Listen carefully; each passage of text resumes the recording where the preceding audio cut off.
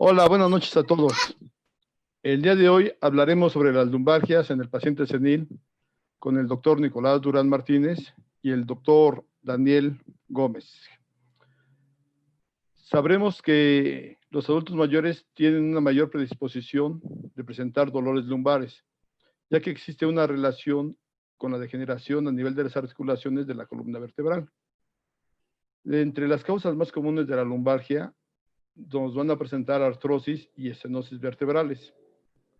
Al principio, este tipo de síntomas puede presentarse un dolor lumbar de forma intermitente y este va evolucionando hasta convertirse en un dolor constante y con el tiempo puede llegar a causar no solo una lumbalgia, sino también presentar una ciatalgia. Asimismo, nuestros pacientes adultos mayores tienen mayor probabilidad de padecer síntomas depresivos secundarios al dolor, a la inmovilidad o a la limitación funcional o depender de terceras personas. Por lo cual, es nuestro deber aprender a diferenciar un dolor lumbar e iniciar un tratamiento oportuno dirigido. Para entender todo este tipo de tratamientos, vamos a dar paso a las pláticas con el doctor Nicolás Durán Martínez, el cual es profesor titular del curso de residencias médicas en la Secretaría de Salud del Distrito Federal. Además, es un ortopedista que se encuentra como médico adscrito en el Hospital de Valbuena. Sin más preámbulos, damos la bienvenida a nuestro compañero y amigo, el doctor Nicolás Durán.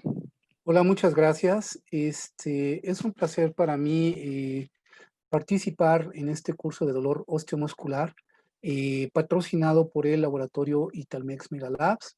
Quiero agradecer asimismo a mis compañeros médicos por su participación entusiasta en este curso.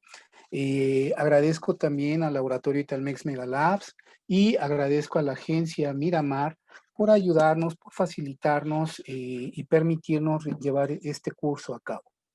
Bueno, sin más preámbulos, me presento, soy el doctor Nicolás Durán Martínez, yo soy médico cirujano egresado de la Facultad de Medicina de la UNAM. Actualmente soy titular del capítulo de Ortopedia Geriátrica en el Colegio Mexicano de Ortopedia y Traumatología.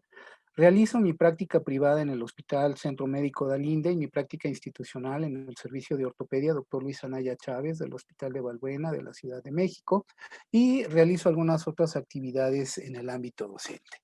Para la charla del día de hoy, nos hemos trazado 4 grandes objetivos. En primer lugar, revisar aspectos relevantes de la anatomía de la columna lumbosacra. En segundo punto, analizar la etiopatogénesis del dolor lumbar en el adulto mayor.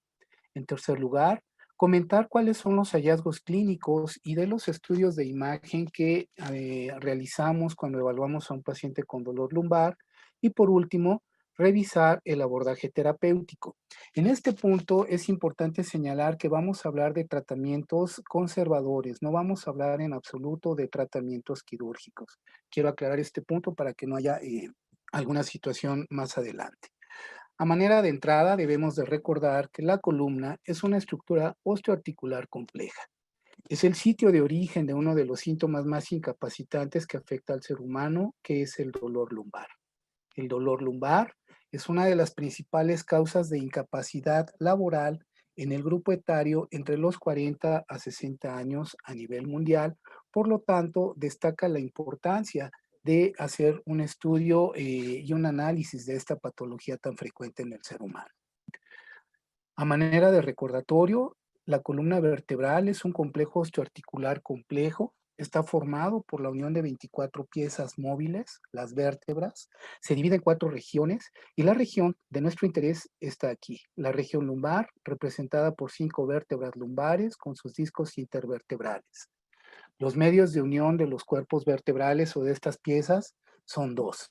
Una articulación de tipo semimóvil, anfiartrosis, representada por el disco intervertebral y por los cuerpos vertebrales supra y subyacentes al disco, y una articulación móvil de tipo trocoide, que son las articulaciones facetarias o cigoapofisiarias, 2 articulaciones facetarias superiores y 2 articulaciones facetarias inferiores para cada una de las vértebras. Es importante señalar que la región lumbar soporta la mayor parte de las cargas fisiológicas, de 1 a 2.5 veces el peso corporal en marcha normal y entre 8 a 10 veces el peso corporal al levantar objetos que pesan en promedio 25 kilos. Revisando la anatomía de una vértebra lumbar, vemos que se caracterizan por ser más anchas, ser las vértebras más grandes. Tienen una parte anterior, que es el cuerpo vertebral. Este cuerpo vertebral tiene una estructura tiene una estructura en cascarón. ¿Qué quiere decir esto? Que es un cilindro de hueso esponjoso distribuido en 3 sistemas trabeculares principales, rodeados de hueso cortical que se va a condensar en la plataforma articular superior y va a formar un reborde o rodete marginal. El cuerpo vertebral tiene 2 caras articulares, una cara articular superior, una cara articular inferior. Estas caras articulares, si las vemos en una vista superior, están cribadas, están perforadas y estas perforaciones participan o son importantes porque participan en el metabolismo y en el proceso de nutrición y de excreción del disco intervertebral. La región posterior o arco neural o macizo cigoapoficiario de las vértebras lumbares está caracterizado por los pedículos. Los pedículos se van a unir posteriormente y van a formar las apófisis articulares superiores. De estas van a nacer dos estructuras, una de cada lado, que forman las láminas vertebrales, que se van a unir sobre la línea media y hacia la región posterior formando la apófisis espinosa. A un costado de los pedículos superiores van a nacer las apófisis transversas o apófisis costales y por debajo de ellas vamos a encontrar las apófisis articulares superiores. En una vista superior apreciamos el conducto vertebral que tiene un diámetro anteroposterior y un diámetro transversal. Esto va a conformar el canal central o conducto central y la zona del neuroforamen que va a formar el canal lateral o receso lateral, que son los sitios de compresión cuando existe patología de tipo degenerativo en la columna vertebral. El disco intervertebral, a su vez, está constituido por 2 porciones. Una porción que deriva de la notocorda, que es el núcleo pulposo. El núcleo pulposo es altamente hidrofílico y esta capacidad de hidrofilia está proporcionada por la abundante presencia de proteoglucanos, principalmente condroitin sulfato y queratan sulfato, y heparan sulfato, perdón, y fibras de colágeno tipo 2. Estas fibras de colágeno tipo 2 proporcionan la característica del disco de absorber la mayor carga en compresión. El núcleo pulposo, a su vez, está rodeado por una serie de láminas concéntricas que tienen una orientación preferencial de inclinación radial a 30 grados, conformadas por fibras colágenas tipo 1, que tienen también una alta proporción de puentes cruzados que le confieren una mayor resistencia a las fuerzas de tensión. El disco intervertebral funciona bajo un gradiente de presión. Este gradiente de presión se realiza entre los componentes celulares y la matriz ósea. Este gradiente de presión va a progresar en 4 zonas de la periferia hacia el centro y va a estar determinada por la naturaleza hidrofílica del núcleo. El núcleo va a brindar rigidez y resistencia a la compresión por la interacción de las moléculas de proteoglucanos y de fibras de colágeno tipo 2 y va a transformar estas fuerzas de compresión en fuerzas de tensión radial que van a actuar sobre las láminas del anillo fibroso, que van a absorber el 20% o el 25% aproximadamente de la carga del disco. Desde el punto de vista funcional, las unidades vertebrales tienen 2 grandes divisiones. Un pilar anterior representado por el cuerpo vertebral, el disco intervertebral y el cuerpo vertebral subyacente, que va a absorber el 80% de la carga, y el macizo cigoapoficiario, que está representado por las facetas articulares superiores, inferiores, las láminas, los pedículos, las apófisis espinosas, las transversas, el ligamento amarillo, los ligamentos capsulares, y que va a actuar como un sistema tensor. A su vez, existe otra división en la que hablamos de un segmento estático que está representado por la vértebra propiamente dicha, es decir, todo el cuerpo vertebral y todo el arco neural va a formar ese complejo estático, perdón, y un complejo dinámico que está representado por el ligamento longitudinal anterior, el disco intervertebral, el ligamento longitudinal posterior, el neuroforamen, el ligamento amarillo, los ligamentos capsulares, las articulaciones facetarias, las láminas pedículos y los ligamentos supraespinosos. Este segmento móvil va a actuar como un tensor dinámico para neutralizar las fuerzas de compresión. A su vez, un sistema ligamentario complejo que está agrupado en dos grandes anexos. Los anexos al pilar anterior, que estarían representados, o están representados, mejor dicho, por los ligamentos longitudinales comunes, anterior y posterior, y los anexos al pilar posterior, que son los ligamentos amarillos, los ligamentos interespinosos, los ligamentos supraespinosos, los intertransversos y los ligamentos capsulares.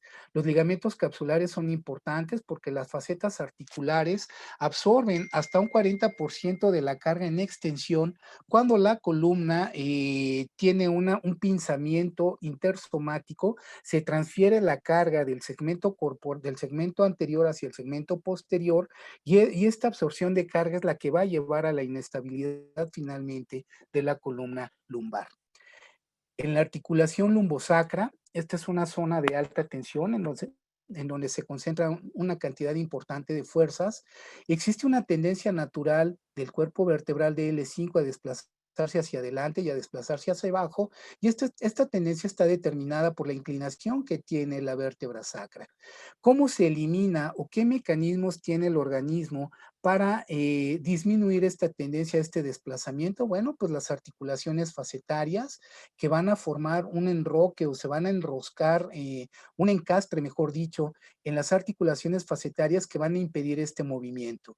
Cuando se produce una zona de la falla ísmica que está localizada entre las facetas superiores e inferiores, se produce una espondilolisis y esta espondilolisis condiciona que ya no haya contención para el desplazamiento anterior del cuerpo vertebral y entonces se asocia a una espondilolistesis. Una espondilolisis la apreciamos en las famosas imágenes de los perritos de Madame LaChapelle, en donde en las proyecciones oblicuas de la columna lumbosacra vemos la interrupción del cuello que representa la parte interarticulares o zona ísmica, en donde se lleva a cabo la espondilolisis.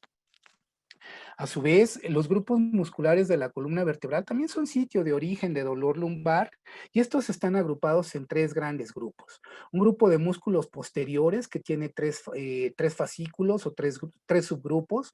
El grupo profundo, que son los músculos paravertebrales propiamente dicho, un grupo intermedio y un grupo superficial. Los músculos laterovertebrales que estarían representados por el psoas mayor y también un grupo de músculos anteriores representados por los rectos, por el transverso del abdomen y por los oblicuos internos y externos. Todos estos grupos musculares actúan también y son causa o son motivo también de la génesis del dolor de la espalda baja. ¿Sí? El agujero de conjunción también es un elemento importante, es por donde emergen los nervios raquídeos y este agujero de conjunción está limitado por delante por el disco intervertebral y por el cuerpo.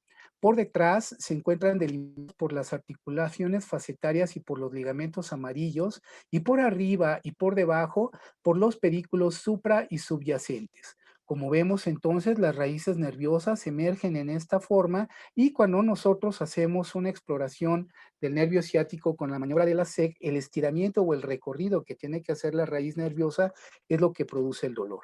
En esta vista superior vemos lo que constituiría o los elementos que constituyen el canal central y los elementos que constituyen el canal lateral o zona o receso lateral, que son los sitios de compresión.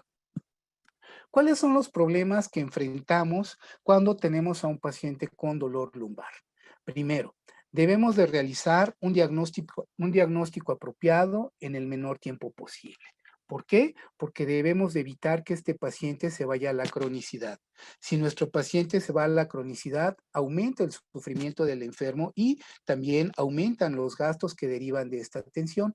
Debemos de escoger también cuál es la mejor intervención terapéutica para aliviar este síndrome doloroso y evitar esta cronicidad. La mejor intervención en el menor tiempo posible, con el menor costo posible y con la menor presencia de reacciones adversas farmacológicas, ¿sí? El problema entonces, o el primer problema, es la gran heterogeneidad que existe para definir lo que es un dolor de la espalda baja. La lumbalgia tiene numerosos térmicos que son también conocidos y ampliamente manifestados por la población o por nuestros pacientes. Ellos lo refieren como dolor de espalda baja, como ciática, como lumbago, como dolor de cintura o dolor de cadera. Sin embargo, aún en los médicos y aún en los diversos estudios que se hacen sobre la, ¿cómo se llama?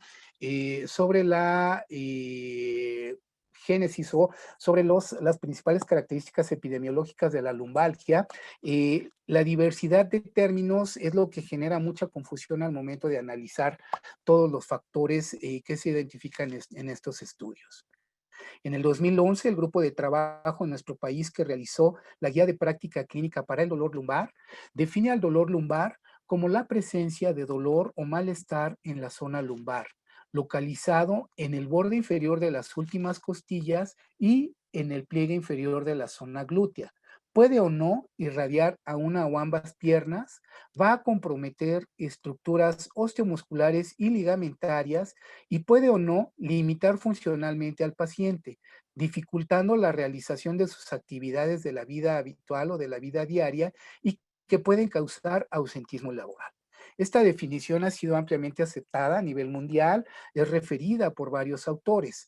En un grupo de trabajo por Barrett y colaboradores en un hospital dedicado exclusivamente a la atención de problemas de la columna vertebral en Francia, propone una clasificación para el dolor lumbar inespecífico, que es el dolor lumbar más frecuente, en tres grandes grupos. El dolor lumbar de origen no degenerativo. ¿Cuál es este dolor? Aquel que es producto de la destrucción vertebral secundaria a un trauma, a una infección, a un tumor, o bien por la presencia de una enfermedad inflamatoria como la artritis reumatoide o la espondilitis anquilosante. El dolor lumbar de origen degenerativo, o lo que conocíamos antiguamente como dolor lumbar inespecífico, que está asociado a los cambios inflamatorios mediados por un proceso de desgaste articular y de desgaste de las estructuras subyacentes, principalmente el disco intervertebral, y un pequeño grupo de pacientes que presentan un dolor que, a pesar de los mejores estudios en exploración física, en estudios complementarios, no se identifica una causa así específica y se determina como dolor lumbar de origen indeterminado. Spitzer y LeBlanc en 1987 definen a la lumbalgia de acuerdo a su evolución o al periodo de evolución que tiene en tres grandes grupos. La lumbalgia aguda, que va de las 0 a las 6 semanas, la subaguda cuando la evolución se encuentra entre la sexta a la 12ª semana, y la lumbalgia crónica cuando el paciente tiene más de 12 semanas de evolución con presencia de dolor lumbar, no importa la intensidad ni las características de este dolor.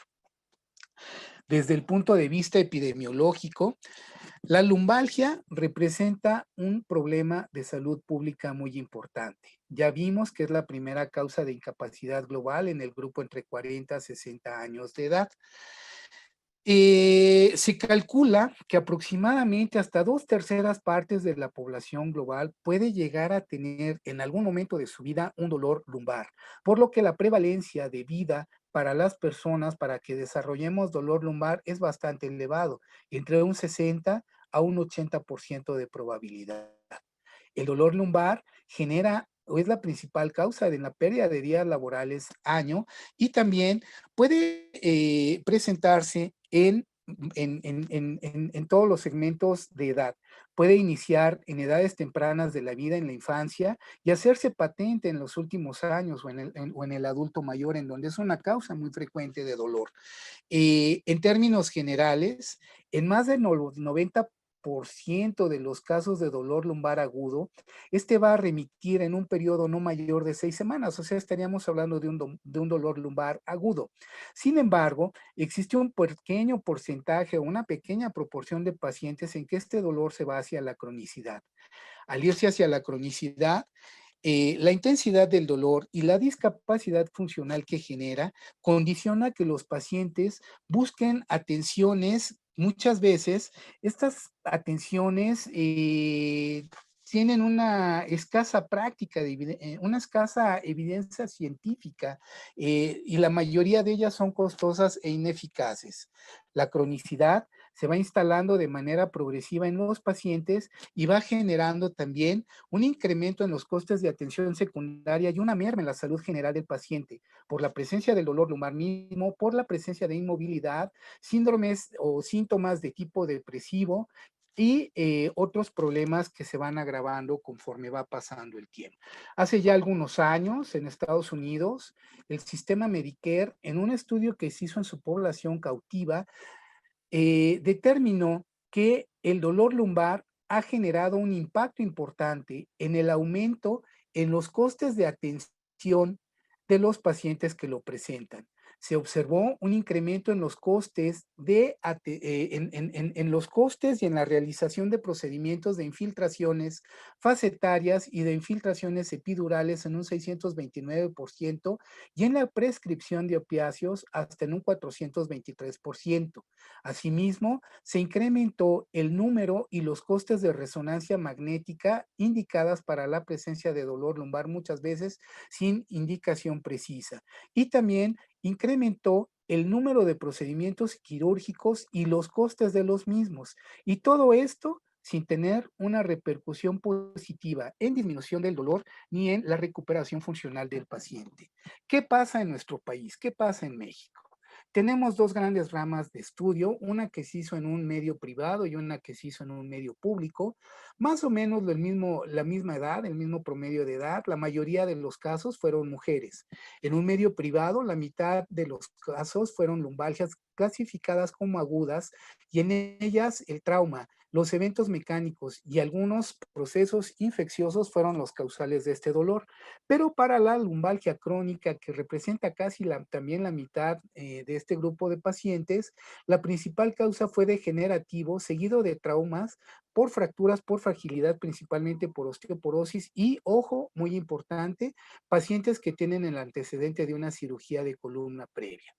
En un medio privado, en un medio particular, en el Instituto Mexicano del Seguro Social, aquí lo que destaca es la cronicidad que presentaban estos pacientes. 10 meses de evolución de los pacientes con el dolor lumbar. Se identificaron morbilidades importantes de tipo cardiometabólico y se identificaron factores de riesgo que ya han sido determinados en estudios previos, como son la obesidad, el tabaquismo, las actividades de carga, actividades laborales en donde se hace carga y algunos factores psicosociales. Y dentro de estos factores psicosociales, cabe señalar el grupo de pacientes que busca una compensación económica por la presencia de su dolor lumbar. ¿Cuáles son los factores de riesgo que se han identificado en la génesis del dolor lumbar? Sin duda, la presencia de un dolor lumbar previo que generalmente inicia en edades tempranas de la vida es el principal factor de riesgo para presentar dolor lumbar en etapas ulteriores de nuestra vida.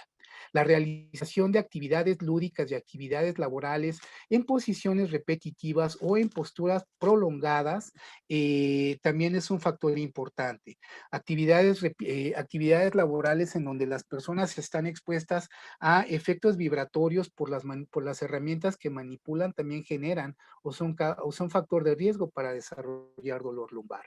El sobrepeso y la obesidad, hay un poquito de controversia entre si realmente son factores de riesgo que condicionen la presencia de dolor lumbar. Está bien identificado que estas dos condiciones son factores de riesgo para la cronicidad, pero existe mucho debate en si realmente por sí mismos son un factor de riesgo para que el paciente vaya a presentar un dolor de espalda baja.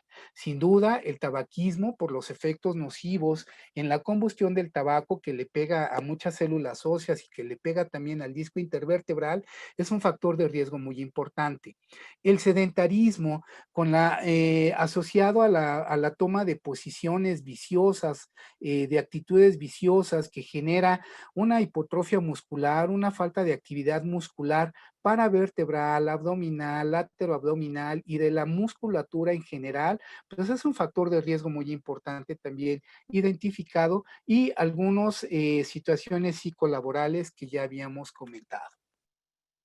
Hablando de la patogénesis de la discopatía o de la enfermedad degenerativa a nivel lumbar, esta tiene tres grandes causas. En primer lugar, los procesos degenerativos inflamatorios secundarios a el proceso degenerativo osteoarticular que se lleva a cabo en las facetas articulares. Hay hidrartrosis, hay esclerosis, hay osteofitos, hay pinzamiento, hay engrosamiento de los ligamentos capsulares, hay engrosamiento del ligamento amarillo, hay una menor capacidad para transferir las cargas y hay una mayor exposición a la transferencia de cargas de compresión axial en las facetas articulares que las llevan al fracaso y que contribuyen a la inestabilidad que va produciendo, que va cerrando o formando un círculo vicioso de degeneración osteoarticular. A ello sumamos la enfermedad discal, en donde la pérdida de hidratación del disco intervertebral con disminución de su altura, con fisuración del núcleo pulposo, con fisuración del anillo fibroso, con la capacidad o la pérdida de la transferencia de cargas la inmovilidad, perdón, y la inestabilidad secundarias, pues van a producir alteraciones que van a ir también cerrando este círculo vicioso. Y por último, la inactividad muscular, la falta de movimiento, la falta de fortalecimiento muscular abdominal y de los músculos paravertebrales contribuyen también al desarrollo y a que se cierre este círculo vicioso que va a caracterizarse por estas imágenes que vemos en este modelo, ¿no? El pinzamiento intersomático, ¿sí? Prácticamente la desaparición del disco intervertebral, la artrosis foraminal con compresión de la raíz nerviosa, la artrosis facetaria, los osteofitos sobre los cuerpos vertebrales, la esclerosis, en fin, y la inestabilidad que lleva a estos pacientes a manifestar dolor, discapacidad funcional y en algunos casos presencia de datos o de síntomas de tipo neurológico. Es importante en la evaluación del enfermo con dolor lumbar la elaboración de una historia clínica completa. Una adecuada semiología del dolor y de los fenómenos que lo acompañan, junto con una adecuada exploración neuroortopédica, puede orientar y llevarnos a realizar un diagnóstico de certeza.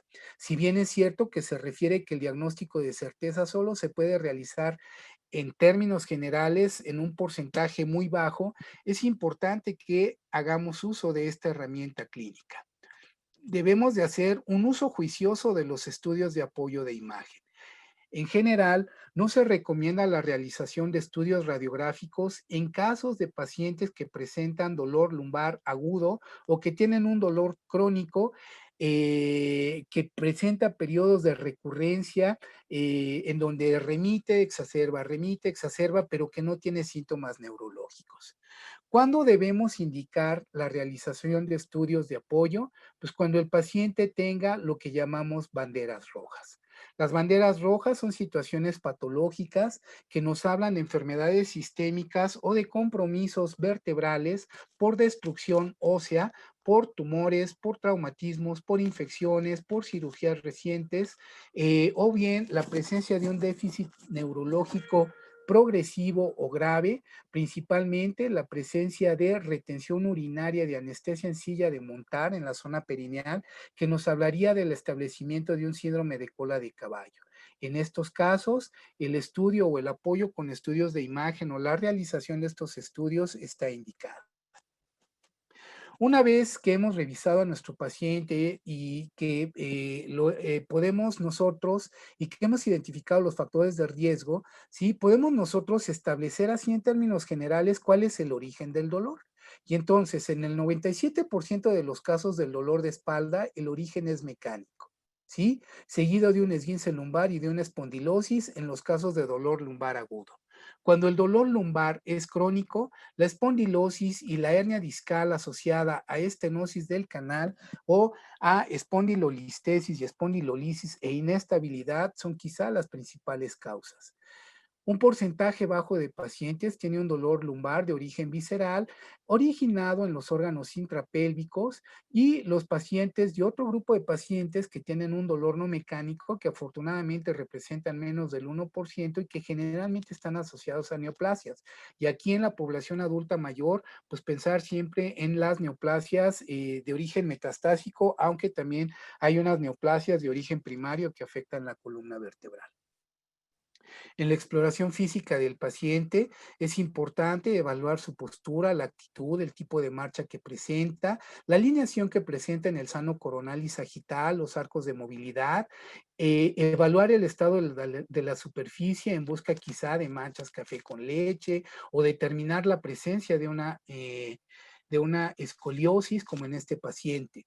Asimismo, a la palpación, evaluar los puntos dolorosos facetarios, paravertebrales y ciáticos y realizar las maniobras de provocación. En relación a las maniobras de provocación, el signo de elevación de la pierna o signo de la SEC, que es positivo al elevar la pierna entre unos 30 a 60 grados y que va a reproducir un dolor por estiramiento del nervio ciático, porque el nervio ciático, perdón, la raíz tiene que hacer un mayor recorrido, cerca de 12 milímetros, cuando elevamos la pierna, genera el dolor. ¿Sí? Otras maniobras que son similares al signo de la SEC, pues es el Bragar, el ASEC contralateral, el ASEC invertido, el ASEC bilateral, que son maniobras que nosotros podemos despertar en nuestros enfermos y que nos orientan a pensar en algunos tipos de patologías. El signo de la SEC por sí mismo tiene una sensibilidad del 91% para radiculopatía, de tal manera que tenemos nosotros que saber interpretarlo y sobre todo saber realizarlo. La exploración neuroortopédica es muy importante. Vamos a evaluar la sensibilidad superficial, la sensibilidad profunda y la sensibilidad vibratoria de los distintos dermatomas del segmento lumbosacro, ¿sí? La fuerza muscular con la escala de Daniels al evaluar los miotomas, ¿sí? Para flexores, para extensores de rodilla, de tobillo, de dedos, para flexores de tobillo, ¿sí? Evertores e invertores de tobillo y de pie. Y los reflejos rotuliano y el reflejo aquilio que evalúan L4 y S1 principalmente, forman parte de la exploración física, ¿sí?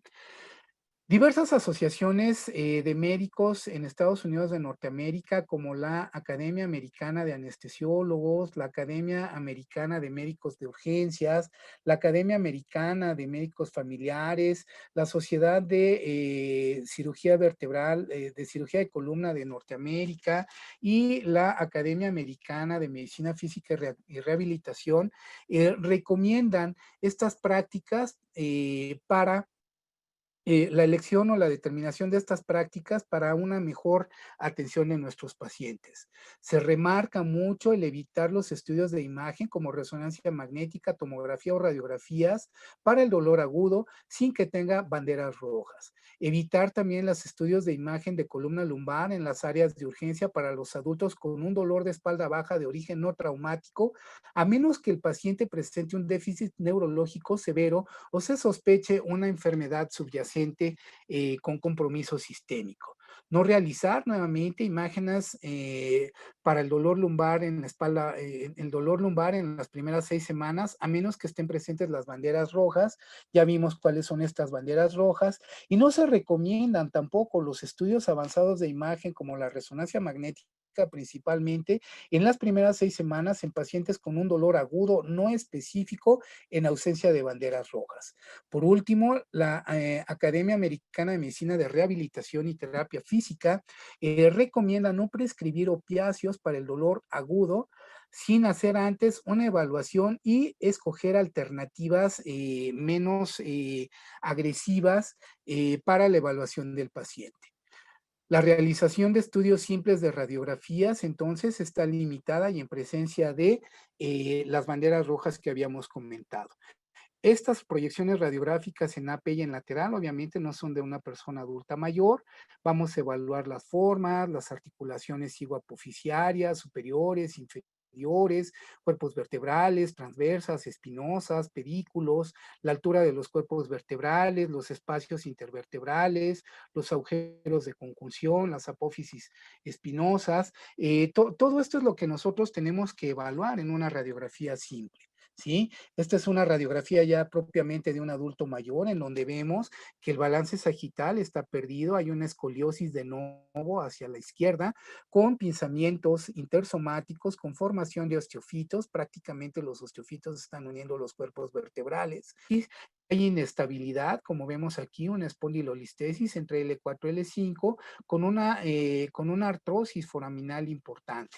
Estos pacientes vean la calcificación que tiene aquí del ligamento longitudinal común anterior y la unión o la formación de osteofitos que se continúan con este ligamento y los osteofitos hacia el conducto posterior que también generan compresión o generan compromiso de las estructuras neuroradiculares. En el caso de esta paciente, la señora Lupita, que tiene el antecedente de osteoporosis y que inició con un dolor de espalda media y baja súbito secundario a una caída de una silla, hacemos una radiografía y bueno, pues vemos una fractura por aplastamiento por una cuña anterior de la primera vértebra lumbar. Entonces, en este caso, ante un antecedente de una enfermedad sistémica en una paciente frágil, con un antecedente traumático menor, pues sí, aquí sí está indicado o es necesario hacer el estudio de imagen. Otras radiografías de otros pacientes adultos mayores que ya tienen datos de una espondiloartrosis severa, grave, con osteofitos, con pinzamiento, con escoliosis de novo, osteofitos hacia el conducto vertebral, osteofitos hacia los neuroforámenes, en fin, una inestabilidad severa en estos pacientes. Y estos pacientes van a tener un dolor crónico importante de muchos años de evolución, multitratado, de difícil manejo. ¿Sí? La realización de estudios de resonancia de primera instancia no está indicado. La resonancia es muy útil porque nos da una vista general de el tejido óseo, pero sobre todo de los tejidos blandos y sobre todo del neuroeje, ¿sí? Y pues es importante en los casos en los que está indicado llevar a cabo la realización de este estudio. Por resonancia magnética nuclear, nosotros vamos a ver las distintas etapas por las que pasa el disco en su enfermedad, en la enfermedad discal. Recordar que los discos sanos son estructuras bicóncavas, cóncavas hacia abajo, cóncavas hacia arriba, que están contenidas dentro de las plataformas vertebrales y que en la imagen potenciada de T2, al tener un mayor contenido hídrico, pues son más claras, son más brillantes. Y aquí entonces empiezan los datos de patología discal. Cuando vemos una disminución y un aplanamiento de esta biconcavidad de los discos, hablamos de un disco gris o de un disco negro o de un disco deshidratado. Protrusión, cuando el disco o la pared o el margen posterior del cuerpo vertebral, los discos, perdón, eso es un abombamiento. Los discos que están protruidos, el fragmento desplazado, el diámetro del fragmento desplazado es menor al diámetro, este diámetro es menor al diámetro cefalocaudal del disco en esta proyección. Y los discos extruidos, que aquí no tenemos, casi intruso, el diámetro cefalocaudal del disco es mayor al diámetro perdón, el diámetro del material desplazado es mayor al diámetro del disco medidos en la misma proyección. Entonces, estas son las etapas de la enfermedad discal que nosotros evaluamos en la resonancia magnética. Los radiólogos estudian los cambios inflamatorios secundarios a nivel de los platillos vertebrales secundarios a la degeneración discal y los refieren como cambios tipo MODIC, que son 3 tipos de cambios tipo MODIC. Muy bien, entonces, aquí en esta lámina vemos que la mayoría de los casos de dolor lumbar agudo son secundarios a esfuerzos, esguinces lumbosacros, en un 70% de los casos. La espondilosis y la hernia de disco ocupan un lugar importante en el dolor agudo, pero en el paciente adulto mayor esto se invierte y en ellos la espondilosis, la espondilolisis, las hernias discales, la espondilolistesis o la estenosis del canal son las principales causas de dolor que presentan estos pacientes, ¿sí? La Sociedad Norteamericana de Cirugía de Columna promueve promueve este algoritmo de evaluación en la consulta externa para un paciente adulto mayor con dolor de espalda baja. Primero, en la primera consulta, descartar las causas no mecánicas, identificar banderas rojas, educar al paciente, hacerle ver que muchas veces el dolor en ellos puede ser controlado y que obedece a una serie de cambios de tipo inflamatorio crónicos. En muy pocos pacientes está indicado realizar un tratamiento quirúrgico. Hay que reasegurar que el pronóstico, hay que reasegurarle al paciente que el pronóstico es bueno, que no se requieren intervenciones mayores. Debemos de promover en ellos la realización de actividades físicas y el retorno a sus actividades habituales sin someterse a esfuerzos de carga, evitar el reposo prolongado para evitar un mayor dolor y escoger un tratamiento más apropiado. Evitar en lo posible en los adultos mayores el uso de opiáceos y considerar en ellos un tratamiento con medicina física. En una segunda visita, debemos de asegurarnos que el paciente se haya adherido adecuadamente al tratamiento. En presencia de persistencia del dolor, pues considerar el uso de otros fármacos distintos a los AINES, mantener un tratamiento fisiátrico es importante y reforzar las recomendaciones de reincorporación a sus actividades habituales. En caso de persistencia del dolor, reevaluar la presencia de comorbilidades u otras causas que pudieran generar dolor. En un estudio publicado en Lancet ya hace algunos años, se determinó que la mayor parte de los casos de dolor lumbar se resuelven de manera independientemente del tratamiento aplicado y en algunos no mejoran haga lo que se haga. Es ahí en donde reside el problema al que nos enfrentamos los médicos, los pacientes y los encargados de las decisiones políticas. Recomendaciones generales, evitar el reposo absoluto, un reposo relativo, el uso de medios físicos, sobre todo calor, ayuda bastante. Promover los ejercicios de higiene de columna vertebral, ejercicios de McKenzie y ejercicios de reforzamiento dinámico es importante y sobre todo educar al paciente en la instalación de medidas de higiene. ¿Sí? Este artículo nos habla de los efectos de los ejercicios de McKenzie y de los ejercicios de estabilización dinámica, que son los que mejor resultado tienen ante el dolor y la discapacidad funcional, sobre todo cuando los complementamos con medicina física. ¿Sí? Esta es una revisión metaanalítica de los resultados de la aplicación de ejercicios de McKenzie comparados contra ejercicios de Pilates o contra otros tipos de ejercicio y se aprecia que los ejercicios de McKenzie son los más indicados. En la guía de referencia rápida y en otras bibliografías globales, se recomienda como primer fármaco de elección el uso de paracetamol. Sin embargo, diversos estudios metaanalíticos encuentran que no existe una evidencia adecuada en el uso de acetaminofen comparado contra placebo para la mejora del dolor lumbar crónico. Es muy bueno para el dolor lumbar agudo, pero para el dolor lumbar crónico está cuestionado un poquito su uso. ¿Sí? Podemos usarlo o quizá uno de sus mejores efectos sea su alta bioseguridad y el hecho de que sinergiza cuando se combina con medicamentos opioides, sinergiza el mecanismo de acción de los medicamentos opioides.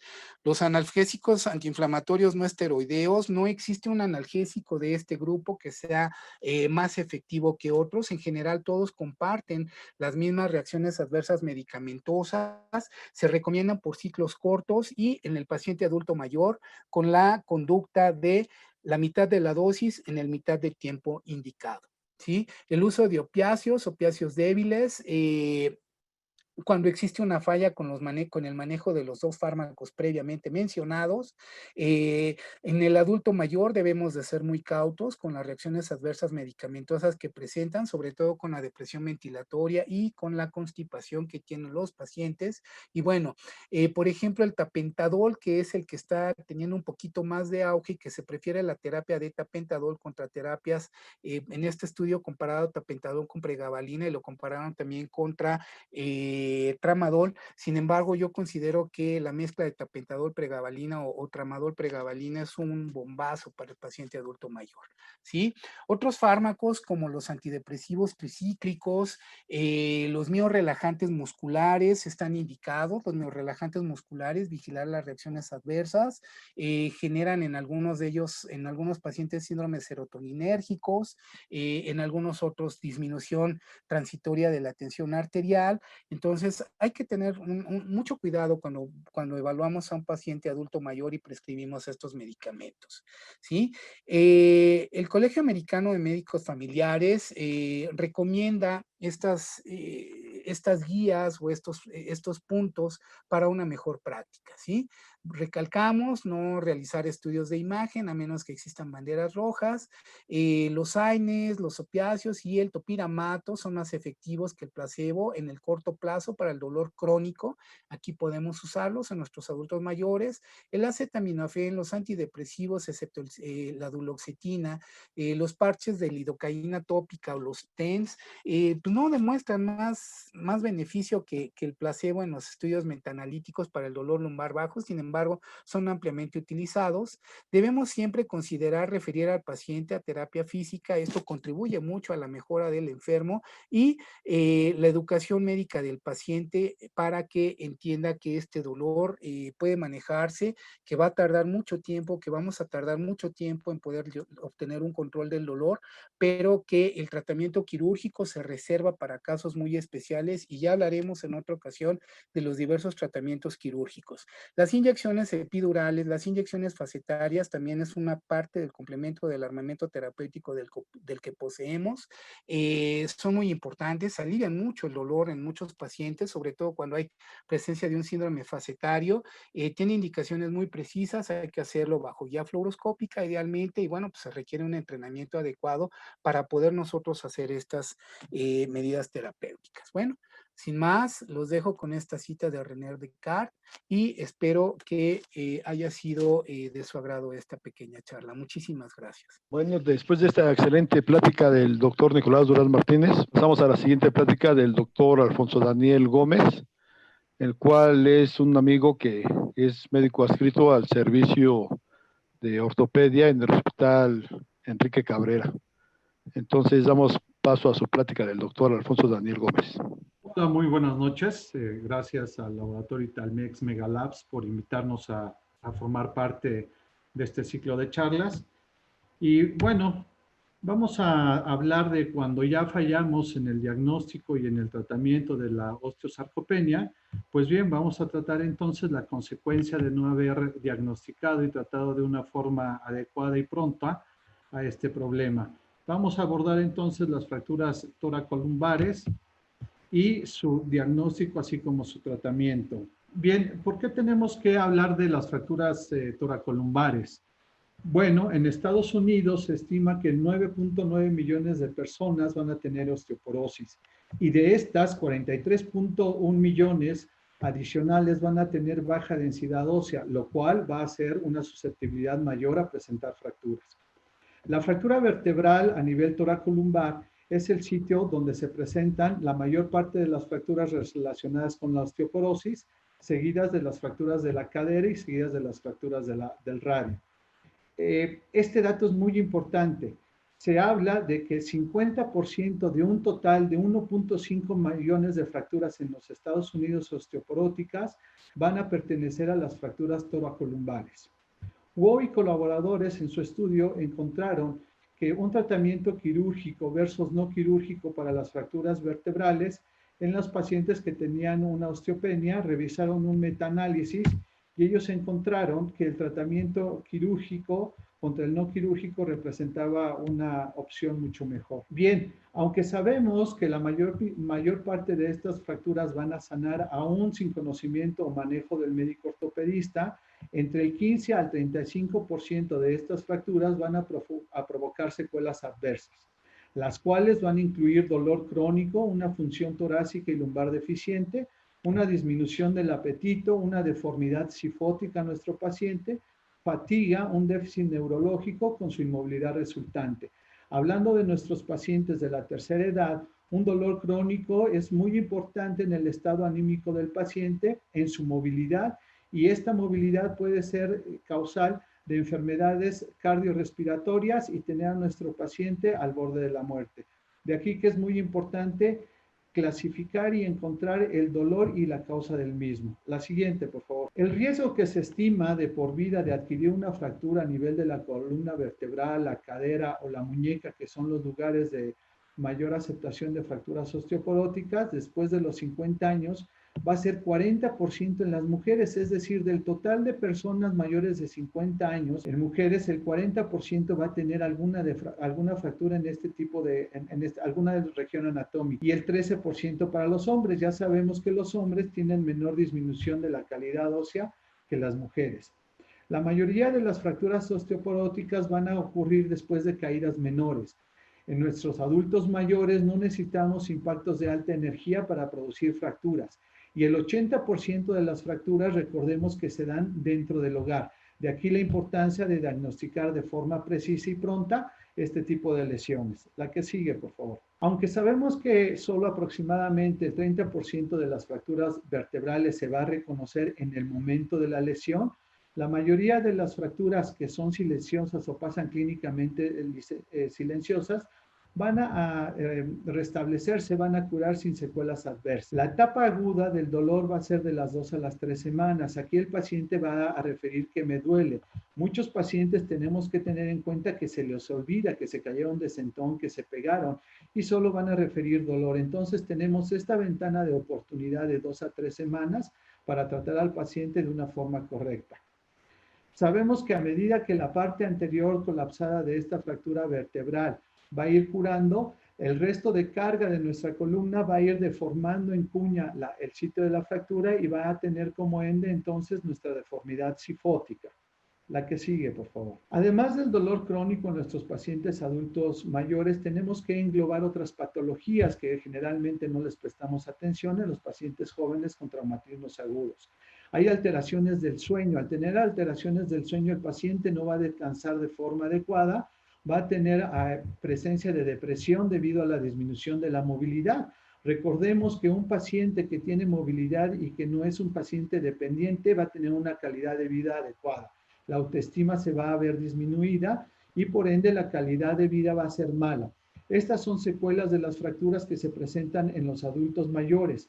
A últimas instancias, en estudios se ha encontrado que la cifosis, al alterar la caja torácica y la forma de la misma, van a presentar los pacientes reflujos gastroesofágicos, lo cual va a aumentar que el paciente no quiera comer, que haya desnutrición del paciente.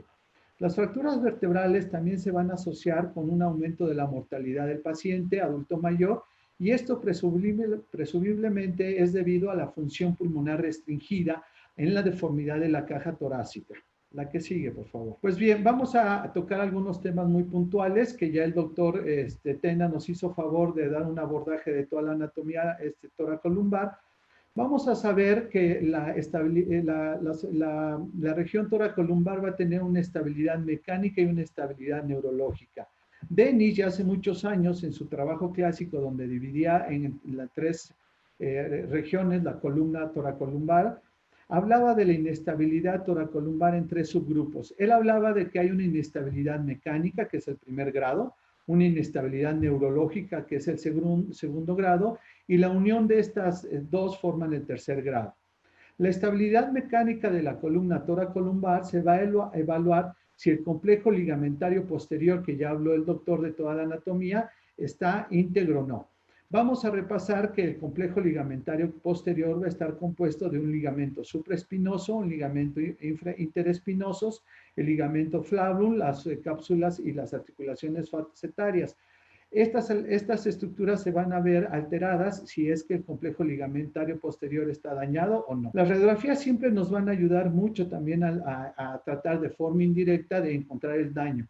Cuando encontramos una disminución del 50% de la altura del cuerpo vertebral por un aplastamiento, podemos inferir que estas estructuras se dieron a la hora del acuñamiento y hay una lesión de este complejo ligamentario posterior, y entonces tenemos una fractura inestable. El aumento de la distancia interespinosa de más de 30-35 grados y la deformidad sifótica van a sugerir una lesión del complejo ligamentario posterior, ya que para que haya una deformidad de más de 35 grados sifótica es porque todo el complejo posterior falló y se dio para que se diera esta deformidad. La que sigue, por favor. Bien, las radiografías simples nos van a dar muchos elementos y es el primer diagnóstico que vamos a tener a la mano. Deben de tomarse, sin embargo, ciertas características en estas radiografías. Las debemos de tomar siempre en la medida de lo posible de pie. ya que si nosotros no tomamos las radiografías del pie sustentando el peso del paciente, las deformidades del cuerpo vertebral pueden cambiar o variar. Asimismo, a la hora de medir nuestra deformidad cifótica se va a ver alterada. El acuñamiento de la vértebra lastimada va a diferir si lo tomamos con un paciente de pie o acostado. Las patologías subyacentes de esta lesión van a limitar el valor informativo de las radiografías simples. En tales situaciones, la secuencia de imágenes de resonancia magnética nos van a ayudar mucho a detectar fracturas vertebrales osteoporóticas recientes. La resonancia magnética va a ser una herramienta sensible para diagnosticar fracturas osteoporóticas agudas, ya que hay muchas fracturas que no van a cursar con deformidad del cuerpo vertebral. Entonces, la señal de T2 en la resonancia magnética va a identificar el edema a nivel del cuerpo vertebral y con esto poder diagnosticar una fractura vertebral que de otra forma pasaría desapercibida. La que sigue, por favor. Siempre que tomamos nuestras radiografías, entonces vamos a hacer mediciones de nuestra deformidad cifótica. Tenemos que tener cuidado de no tomar el ángulo cifótico de nuestra vértebra lastimada, sino de una vértebra suprayacente, infrayacente, y realizar la prolongación de 2 líneas a través de las superficies y después prolongarlas con una línea perpendicular. La intersección de estas líneas perpendiculares en su ángulo superior será la que nos dé la deformidad cifótica. Podemos hacerlos tanto en radiografías simples o en estudios especiales como la tomografía o la resonancia. La tomografía computarizada es un elemento que nos va a dar de mucho valor, que nos va a dar muchos tips para clasificar nuestra fractura y por ende también entender qué tratamiento debemos de realizar. Nos va a hablar mucho de la articulación facetaria que está relacionada con la presencia o la ausencia de la lesión del complejo ligamentario posterior y por ende de la inestabilidad de la fractura. La resonancia magnética se va a considerar un examen significativo para determinar entonces el plan de tratamiento, porque como ya dijimos, va a evaluar la lesión del ligamento del complejo ligamentario posterior de forma directa, ya que al hacer en T2 una supresión de la grasa, vamos a encontrar de todas las estructuras del complejo ligamentario posterior y entonces poder diagnosticar y encontrar la lesión del mismo. Asimismo, cuando existe lesiones por pseudoartrosis y un dolor crónico en nuestros pacientes, en la señal de T2 al hacer supresión de grasa, como lo indicó el doctor en las imágenes que él pasó, vamos a encontrar presencia de líquido dentro de la vértebra. Este líquido nos está hablando entonces de la presencia de una pseudoartrosis por una fractura previa del cuerpo vertebral no diagnosticada. Entonces, la resonancia magnética, vamos a ver esta imagen de la extrema izquierda en donde vemos una deformidad del cuerpo vertebral. Como hablamos, las imágenes simples de las radiografías, debido a las deformidades ya en los pacientes mayores, en ocasiones no nos va a dar toda la información que podemos encontrar. Podemos observar que hay un fenómeno de cuerpo vacío, y cuando hacemos nuestro estudio de resonancia magnética ponderado en T2, observamos líquido libre en el cuerpo articular y entonces podemos diagnosticar que hay una presencia de una pseudoartrosis por una fractura antigua de este cuerpo vertebral y asimismo podemos ver las alteraciones a nivel del conducto raquídeo y la inestabilidad posterior de nuestra fractura. Nuevamente, en las imágenes simples podemos ver una deformidad. Las propias alteraciones de la morfología por la edad del paciente pueden limitarnos el valor del estudio simple. Sin embargo, en una tomografía nos puede hablar de la personalidad de la fractura, es decir, vamos a ver la forma de esta fractura, los diferentes fragmentos que puede tener la fractura, si los pedículos están indemnes o no, si hay pedazos de esta fractura que estén invadiendo el canal medular, la forma de las facetas, así mismo como la distancia de las mismas. Toda esta información nos va a ayudar a hacer una planeación quirúrgica de nuestro paciente para el tratamiento de la misma. Bien, hasta ahora ninguna de las múltiples clasificaciones que se han desarrollado desde 1960 han tenido una aceptación para clasificar las fracturas osteoporóticas, ya que algunos toman en algunos parámetros en cuenta, pero dejan otros a un lado. Schneck y colaboradores examinaron 707 fracturas osteoporóticas en un estudio prospectivo multicéntrico y propusieron una nueva clasificación morfológica. Ellos no solo tomaron en cuenta las radiografías simples, sino que también estudiaron las resonancias magnéticas y las tomografías. Y de aquí encontraron entonces 5 subgrupos. Encontraron el tipo OF. OF se refiere a fractura osteoporótica El tipo 1 no había deformidad vertebral, entonces el estudio idóneo para diagnosticar este tipo de fracturas era la resonancia magnética al encontrar el edema a nivel del cuerpo vertebral. El tipo 2 va a tener una deformidad, ya va a tener el cuerpo vertebral una deformidad, pero va a tener una disminución en el compromiso de la pared posterior que va a ser menor a 1/5. En el tipo 3 ya va a haber una deformidad importante con compromisos distintos de la pared posterior y deformidad de la misma, mayores a 1/5 de su superficie. En el tipo 4 vamos a ver una pérdida ya de la estructura del marco vertebral, va a haber un colapso del cuerpo vertebral o una fractura tipo pinza. Y en el tipo 5 va a haber una lesión con distracción y rotación del cuerpo vertebral. La fiabilidad de este estudio de interobservadores se clasificó dentro de un capa de 0.6, lo cual le da una fiabilidad correcta. Pues bien, aquí tenemos las imágenes de nuestra clasificación. El tipo 1 solo con un edema vertebral sin una deformidad del cuerpo vertebral. El tipo 2 ya con una deformidad de nuestra vértebra, con una disminución de 1/5 de la pared posterior. El tipo 3 con un acuñamiento, deformidad y con un aumento más de 1/5 de la pared posterior. El tipo 4 con una deformidad y acuñamiento y con una lesión en cizallamiento o una fractura en pinza de nuestro cuerpo vertebral. Y el tipo 5 ya con un efecto de tracción y rotación de nuestro cuerpo vertebral. Bien, la atención de los pacientes con fracturas vertebrales en nuestros adultos mayores tenemos que incluir el manejo del dolor pronto. Si nosotros quitamos el dolor de forma pronta, nuestro paciente se va a poder mover, vamos a tenerlo el menor tiempo posible en reposo en cama y vamos a hacer que tenga una rehabilitación temprana.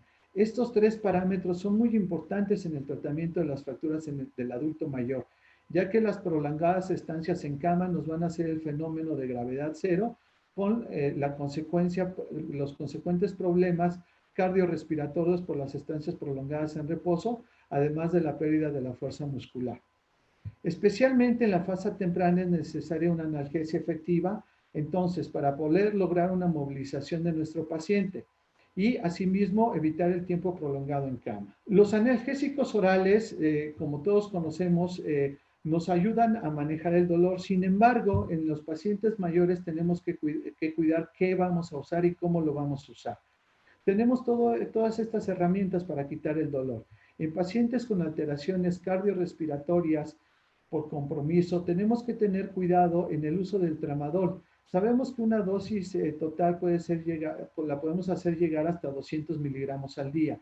Sin embargo, en este tipo de pacientes, el utilizar tan solo 100 miligramos al día puede tener una depresión cardiorrespiratoria de nuestro paciente y tener complicaciones importantes.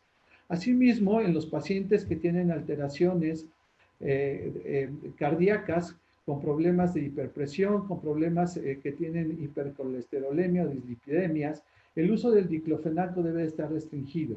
Hay metaanálisis que nos indican la asociación del diclofenaco con estas patologías y el desarrollo de infartos cerebrales o infartos cardíacos.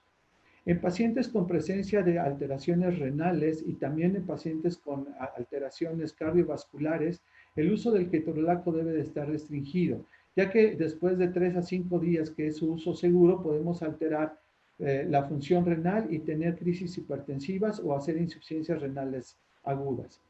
Hay otros medicamentos que nos ayudan al dolor. Hay reportes de metaanálisis que nos hablan de la calcitonina, que nos ayuda mucho al dolor a nivel de las fracturas toracolumbares. Los bifosfonatos y la teriparatida también tienen estudios en donde se reporta disminución del dolor, pero no tan concluyentes como la calcitonina. Bien, una vez que nuestro paciente ha sufrido una fractura osteoporótica, entonces recomendamos iniciar un tratamiento farmacológico. Tenemos que no solo atender el efecto de la patología, el efecto va a ser la fractura toracolumbar. La enfermedad va a ser la osteoporosis o la osteosarcopenia. Entonces, tenemos todas nuestras herramientas de los bifosfonatos, los antagonistas de estrógenos, los receptores selectivos de estrógenos. Pasamos también por el teriparatide o por el denosumab. Cada uno de ellos con sus indicaciones precisas, pero entonces debemos no solo de tratar el resultado de nuestra patología, sino la patología en sí.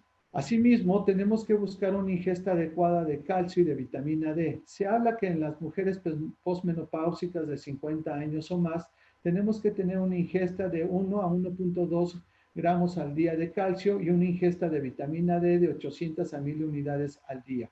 Asimismo, tenemos que hacer mucho énfasis en que tengan un peso adecuado, que hagan ejercicios de fortalecimiento muscular y de soporte, que tengamos métodos para reducir el riesgo, los cuidados que ya hablamos de su habitación o de su baño para disminuir los riesgos de las caídas, ayudar y aconsejar a que el hábito del tabaco se retire o disminuirlo, y disminuir también el exceso del uso de alcohol. Si recordamos nosotros, el tratamiento de la terapia física es muy importante en todo tipo de alteraciones en el adulto mayor.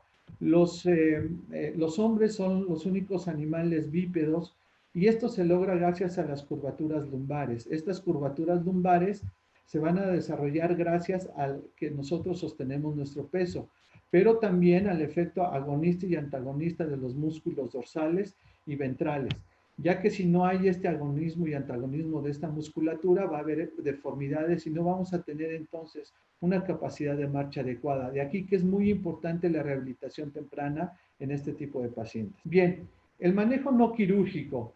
Convencionalmente debemos de usar una ortesis. Hay muchas variedades de ortesis, desde las de simple de doble ensamble hasta sofisticadas.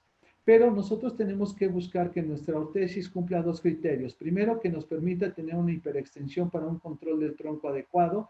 Y la segunda es que observemos las deformidades que tenga nuestro paciente y evitar puntos de presión, lo cual le va a hacer abandonar el uso de la ortesis y con ello va a haber un aumento de la cifosis. Tenemos que tener también que nuestra ortesis tiene que tener control tanto a nivel torácico como lumbar. Entonces debemos de escoger ortesis largas, aquellas que empiecen a nivel del ángulo escápulo-vertebral y terminen en el inicio del sacro.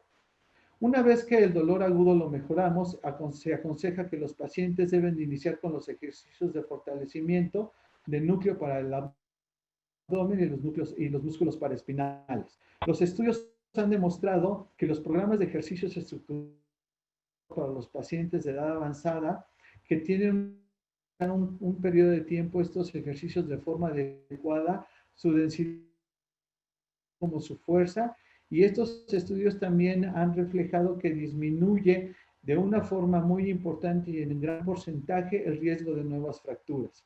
En aproximadamente el 15 a 35% de los pacientes que identificamos y que sufren las fracturas torácicas no van a sanar de forma completa.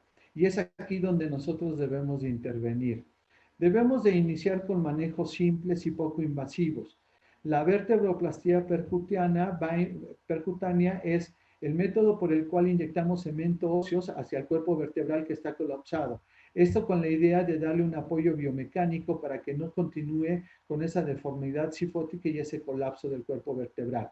La cifoplastía va a implicar entonces hacer una remodelación de esa deformidad cifótica. Esto va a ser mediante la inserción de un globo o de componentes mecánicos que funcionan como un gato para elevar ese cuerpo vertebral aplastado, y una vez que recuperamos la altura de ese cuerpo, también se inyecta cemento óseo para darle su apoyo biomecánico.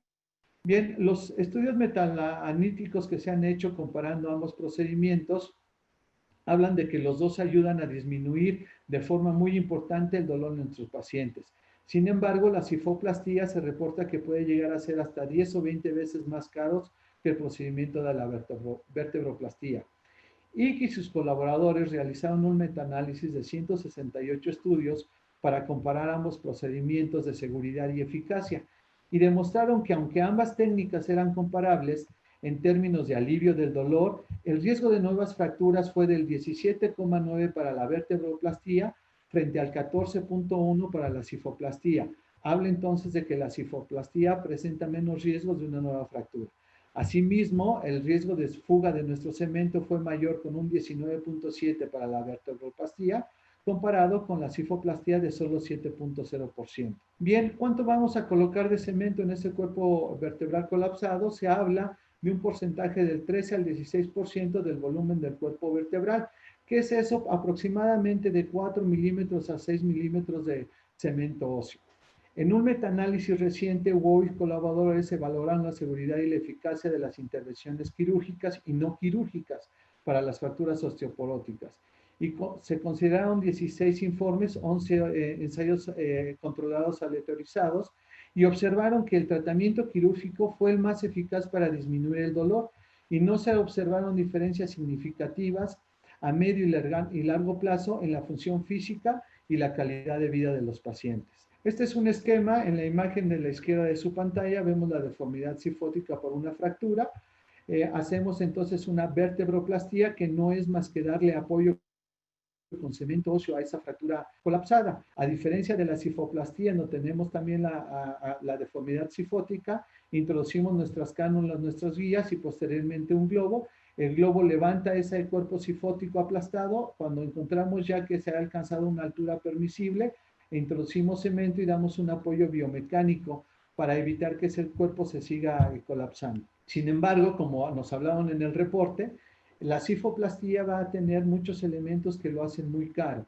Si bien las mismas guías y las cánulas las tenemos que usar para realizar nuestro procedimiento, tanto de inserción del cemento, tanto de inserción de un balón para recuperar la altura de un acuñamiento vertebral, todos estos elementos en la cifoplastía lo va a hacer más caro.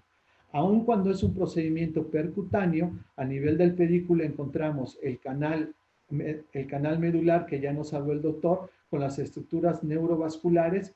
No solo a la punción la podemos dañar, sino a la colocación del cemento. El fraguado del cemento tiene elevaciones de temperatura muy importantes que pueden hacer quemaduras que lesionen de forma permanente nuestras estructuras neurológicas. Asimismo, en la pared anterior del cuerpo vertebral tenemos estructuras vasculares que podemos dañar en el realizar nuestra punción o al colocar nuestro cemento óseo.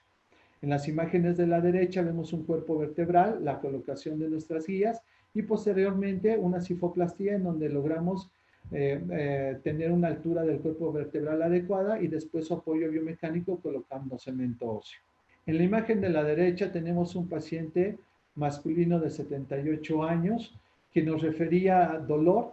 Encontramos en los estudios simples una deformidad, una tipo 2, sin un aumento de un quinto de la pared posterior, por lo cual realizamos entonces una vertebroplastía. Se alcanza un aumento, un levantamiento de este cuerpo vertebral adecuado. El paciente refiere una mejoría en su sintomatología neurológica, quitando el dolor, pudiendo lograr moverse y teniendo una fuerza muscular en miembros pélvicos adecuada.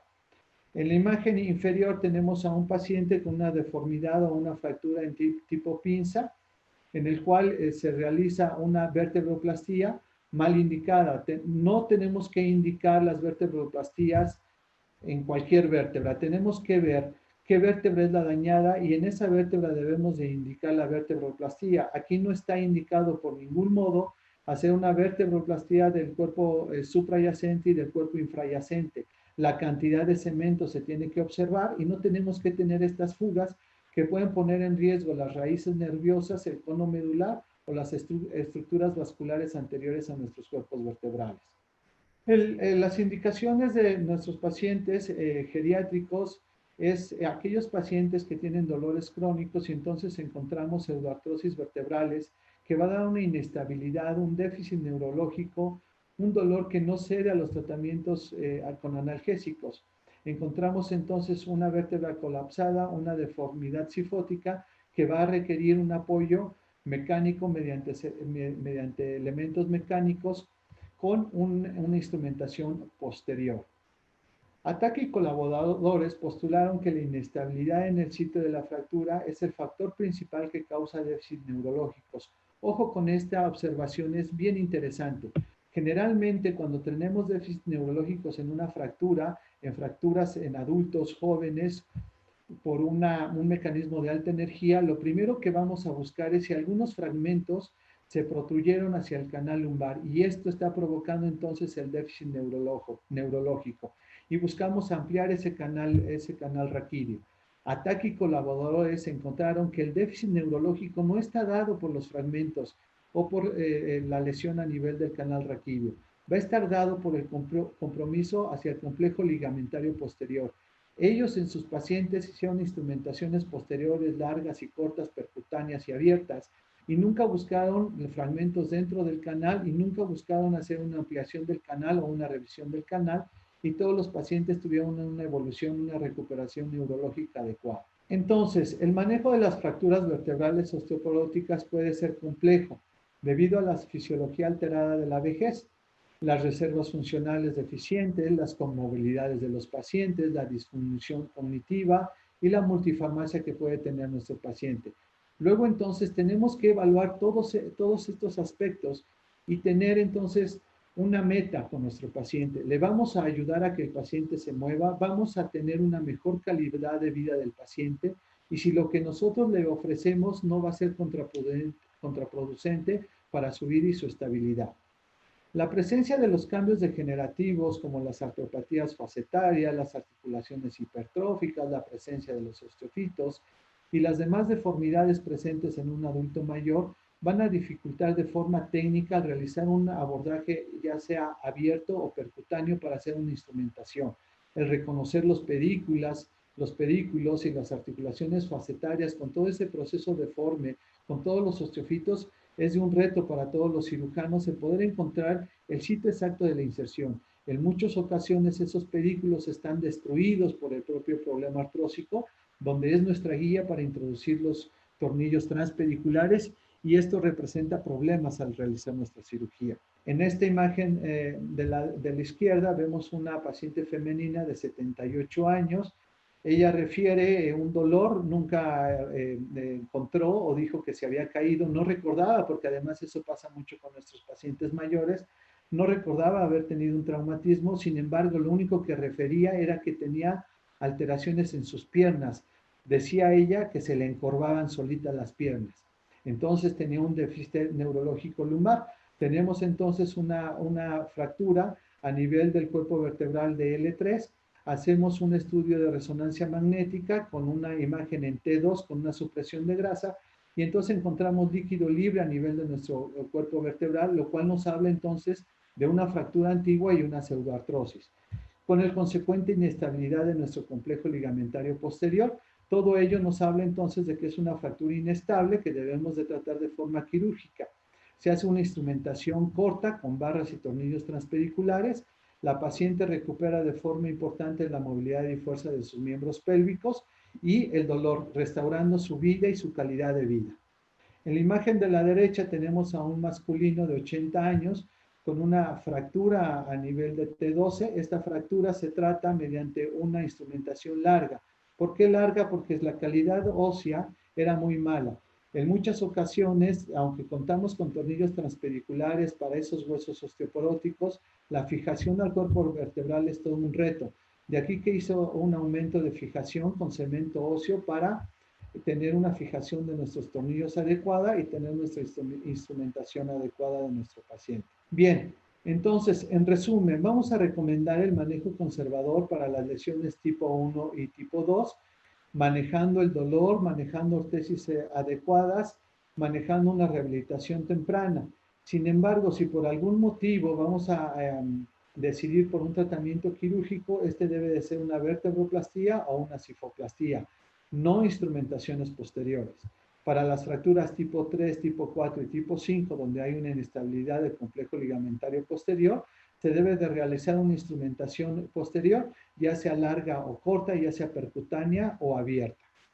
En ambos casos debemos de tener muy en cuenta que debemos de tratar la enfermedad, es decir, la osteosarcopenia y no solo la consecuencia de la misma. Y todo esto es para llegar a una vejez ideal. Todo lo que estamos viendo de los tratamientos y de las patologías de nuestros adultos mayores es para llegar a esta vejez ideal. Muchas gracias por su atención. Hola, muchas gracias a nuestros ponentes. Tenemos gran cantidad de comentarios y de preguntas en el chat de nuestros participantes, a los cuales agradecemos también. Algunas de ellas ya han sido respondidas por el doctor Durán. Muchas gracias. Vamos a comenzar con algunas que no han sido contestadas. Por ejemplo, ¿por cuánto tiempo se puede dar la vitamina D en pacientes con más de 50 años con riesgo de osteoporosis? Bien, se habla que una vez que identificamos la lesión osteoporótica en nuestros pacientes, podemos dar nuestra vitamina D de 5 a 6 meses, seguidas de un examen de osteoporosis y entonces evaluar si debemos de continuar con la terapia de vitamina D o no. Muchas gracias. También preguntan qué analgésicos se le pueden indicar a una paciente con 93 años. La mejor analgesia para este tipo de pacientes, aunque en los últimos estudios se habla de que el paracetamol ya está considerado como un opiáceo débil, la mejor analgesia para estos pacientes también desde el punto de vista de alteraciones gástricas es el paracetamol. Muchísimas gracias. En el caso de la enfermedad del segmento adyacente, ¿cómo se puede tratar y si se recomienda hacer una cirugía nuevamente? Bueno, no hablamos de tratamientos quirúrgicos. La enfermedad del segmento adyacente es un tratamiento posquirúrgico, posinstrumentación. Sin embargo, pues recordar que se debe de individualizar. En este caso estamos hablando de pacientes adultos mayores en donde la calidad ósea te limita un poquito la calidad de la fijación que hagas, ya sea transpedicular, generalmente lo hacemos transpedicular. Entonces debemos de evaluar de manera individualizada, y por otra parte, bueno, pues si presenta una inestabilidad importante con un déficit neurológico y un dolor persistente que no cede a las medidas conservadoras, al tratamiento farmacológico, a la terapia física, etcétera, pues sí hay que volver a hacer una revisión, ¿no? Añadiendo al comentario del doctor, tenemos que, como él bien dice, individualizar el caso. Pero si tenemos este tipo de lesiones, quiere decir que jamás tratamos el problema en sí, es decir, la osteosarcopenia. No lo tratamos y entonces seguimos con esa debilidad ósea y llevamos al paciente a una refractura o a una nueva fractura. Por eso es que tener mucho énfasis en el tratamiento de la patología que es la osteosarcopenia. Muchas gracias. También preguntan sobre algunos medicamentos en específico. La opinión de ustedes sobre el Celecoxib y el Bartolón compuesto en polvo. Adelante. Ok, Celecoxib, dentro de los AINES o dentro de los inhibidores selectivos, quizá el Celecoxib, yo limito mucho su uso por la mayor cantidad de RAMs que presenta, a diferencia, por ejemplo, del Letori. Entonces, casi no utilizo yo Celecoxib. En estos casos de inhibidores selectivos, la menor dosis, había por ahí una presentación de Tori de 45 miligramos hace algunos años. Entonces, yo prefiero usar en pacientes seniles, estamos hablando de pacientes adultos mayores, perdón, que tienen atrofia de la mucosa gástrica, que están polimedicados, que tienen una serie de problemáticas muy importantes. Prefiero limitar el uso de los AINES, del que sea, y darlo al menor tiempo posible, por ciclos cortos, la menor cantidad posible. Sumando el comentario del doctor, en una revisión de los europeos, de los alemanes, ellos ya pasaron, nosotros teníamos como consideración a nivel de trauma, del manejo de trauma, los opiáceos como un buen elemento o el elemento de inicio para el manejo de dolor por lesiones de alta energía. En los pacientes adultos mayores, y hablando de esta patología, los alemanes utilizan metamizol y paracetamol, y ellos hablan de una analgesia muy buena, con efectos adversos mínimos. Muchas gracias. Tienen en el chat muchísimas felicitaciones, los felicitan por las ponencias, les agradecen. Muchas gracias. Les vamos a enviar a todos el chat. Una última pregunta de la doctora Nidia. En pacientes con riesgo de osteoporosis, ¿el calcio se indica diario o por tiempo indefinido, o si hay algún esquema para indicarlo? Nuevamente hay que individualizar los casos. Si es un paciente renal, no podemos darle calcio por su función renal. Algunos hablan de la función renal y del porcentaje de que todavía hay de excreción o de trabajo renal. Sin embargo, la mayor parte hablan de que en estos pacientes renales no debemos de utilizar el calcio. Los pacientes con problemas osteoporóticos debemos de llevar tanto la vitamina D y el calcio con un estudio de densidad. Generalmente se hace a los 6 o 8 meses o al año, y de ahí partimos para seguir indicando el calcio o retirar. Muchísimas gracias, doctores. Gracias a los participantes. Gracias a Italmex por permitirnos estas sesiones. Ya se pueden despedir. Muchísimas gracias. Saludos. Gracias por la atención. Saludos.